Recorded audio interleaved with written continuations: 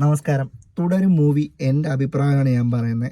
തുടരും മൂവി ഞാൻ കണ്ടായിരുന്നു. ഒരു രക്ഷയില്ലാത്ത പടമാണ്. ലാലേട്ടൻ്റെ വലിയൊരു കമ്പാക്കാണ്. ദൃശ്യത്തിന് ശേഷം ലാലേട്ടൻ്റെ ഏറ്റവും ഇഷ്ടപ്പെട്ട പടം ഏതാണെന്ന് വെച്ചാൽ ഞാൻ തുടരും പറയും. തരുൺ മൂർത്തി മോഹൻലാലിനെ അത്ര നന്നായിട്ട് യൂസ് ചെയ്തിട്ടുണ്ട്. പുതിയതായിട്ട് മലയാളത്തിലോട്ട് ഒരു കിടിലൻ വില്ലൻ വരുന്നുണ്ട്. അത് നിങ്ങൾ പടം കാണുമ്പോൾ മനസ്സിലാവും. ഒരു രക്ഷയില്ലാത്ത അഭിനയമാണ് പുള്ളി. എങ്ങനെ കൊണ്ടുവന്നു, എങ്ങനെ കിട്ടിയെന്ന് അറിയത്തില്ല. അത്രയും നാച്ചുറലായിട്ട് ആക്ട് ചെയ്ത് തകർത്തിട്ടുണ്ട്.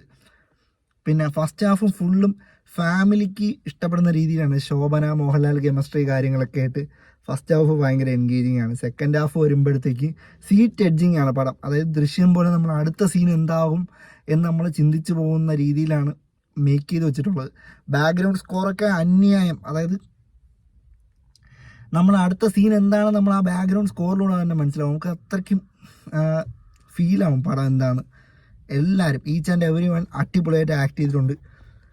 ഞാൻ ഈ റിവ്യൂ എനിക്ക് പറയാൻ അറിയത്തില്ല, ഞാൻ എൻ്റെ രീതിയിലാണ് പറയുന്നത്. തിയേറ്ററിൽ പോയി കാണേണ്ട പടം തന്നെയാണ്. ഫുൾ തിയേറ്റർ എക്സ്പീരിയൻസ് ആണ് പടം. നിങ്ങൾക്ക് ഇഷ്ടപ്പെടുവാണെങ്കിൽ ഈ ചാനൽ സബ്സ്ക്രൈബ് ചെയ്യുക. ഇനിയും ഞാൻ എല്ലാ പുതിയ സിനിമയും ഞാൻ കാണാറുണ്ട്. അപ്പോൾ എൻ്റെ രീതിയിൽ ഞാൻ നിങ്ങൾക്ക് പറഞ്ഞുതരാം. Okay, thank you.